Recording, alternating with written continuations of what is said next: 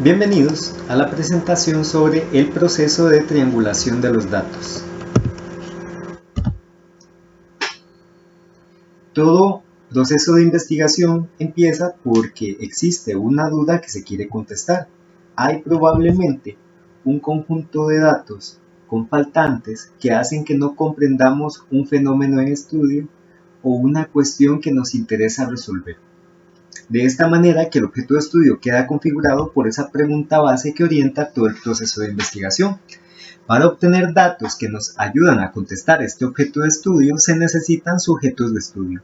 Estos sujetos podrían ser, por ejemplo, personas a las cuales les aplicamos un cuestionario para obtener información o para obtener datos más bien que nos permitan dar luz al objeto de estudio. Pero también podría ser la información obtenida a través de técnicas que se quieren comparar para poder tener una visión más acertada de la respuesta a este objeto de estudio.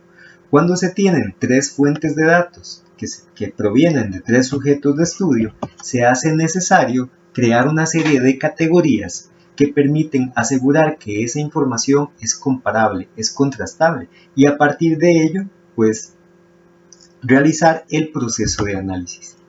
Esta comparación de información se hace a través de un cuadro de doble entrada, o más bien el cuadro de doble entrada es una de las técnicas que ayudan en el proceso de triangulación de datos. En este cuadro, las fuentes de datos o sujetos de estudio se encuentran en la primera fila y las categorías se colocan normalmente en la primera columna. Puede notarse entonces que la información resultante es homóloga. ¿Qué quiere decir esto?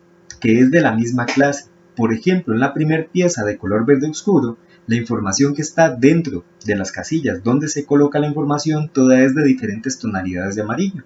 Eso quiere decir que toda es información comparable porque trata del mismo tema que está definido a través de la categoría. Y eso mismo sucede en las otras dos piezas que conforman categorías. En una de ellas hay diferentes tonalidades de magenta, son círculos todos, pero diferentes tonalidades de magenta. Y en la última categoría tenemos círculos de diferentes tonalidades de verde. Ahora, podría suceder dentro del cuadro de la entrada que encontremos que hay información o que hay datos de dos categorías diferentes y de dos sujetos de estudio diferentes que de alguna manera se apoyan, ¿okay? Que de alguna manera se complementan y que ayudan a dar luz al objeto de estudio. Entonces es necesario compararlos. Esto quiere decir que no solo comparamos la información que está sobre una misma fila, sino que también podemos comparar información que se encuentra sobre diferentes filas.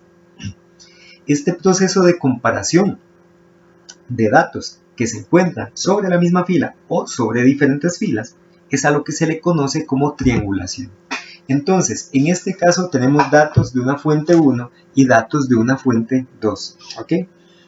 Y que además son de categorías diferentes, pero que por algún motivo tienen relación. Aislamos esos datos y los comparamos con el objetivo de establecer los porqués tienen una relación. Supongamos que esa relación es de complementariedad, que uno complementa al otro, y entonces ayuda a dar luz al objeto de estudio. Una vez que se establece el proceso de análisis, se genera información nueva. Entonces tenemos datos de la fuente 1, datos de la fuente 2 e información nueva. Y esto forma inevitablemente la figura geométrica de un triángulo. Por eso al proceso se le conoce como triangulación de datos. Entonces tendríamos los datos de una fuente 1, datos de una fuente 2 y la información nueva que se está generando. Durante el proceso de triangulación de datos, que es el proceso normal que se utiliza durante el proceso de análisis a su vez, pues se obtiene información nueva y diversa. Esta información entonces correspondería a piezas, por así decirlo, de muchos colores que nos van a ayudar a contestar el objeto de estudio. Pero de esta información nueva y diversa no todo nos sirve para dar respuesta a este objeto. Por tanto, corresponde hacer una selección de aquellas piezas que sean más parecidas a las que pueden completar el rompecabezas. Entonces podemos notar que es necesario aislar aquellas que tienen mayor parecido con la información que da respuesta al objeto de estudio. Una vez que se aíslan, entonces buscamos a través de estas piezas, dar respuesta al objeto de estudio. Esto que acabamos de ver entonces en las láminas anteriores corresponde al proceso de síntesis, que es el momento después de generar el análisis donde se seleccionan las porciones de información dentro del análisis que sí pueden dar respuesta al objeto de estudio, y normalmente es una cantidad menor, bastante menor de información respecto del total que fue producido en el proceso de análisis.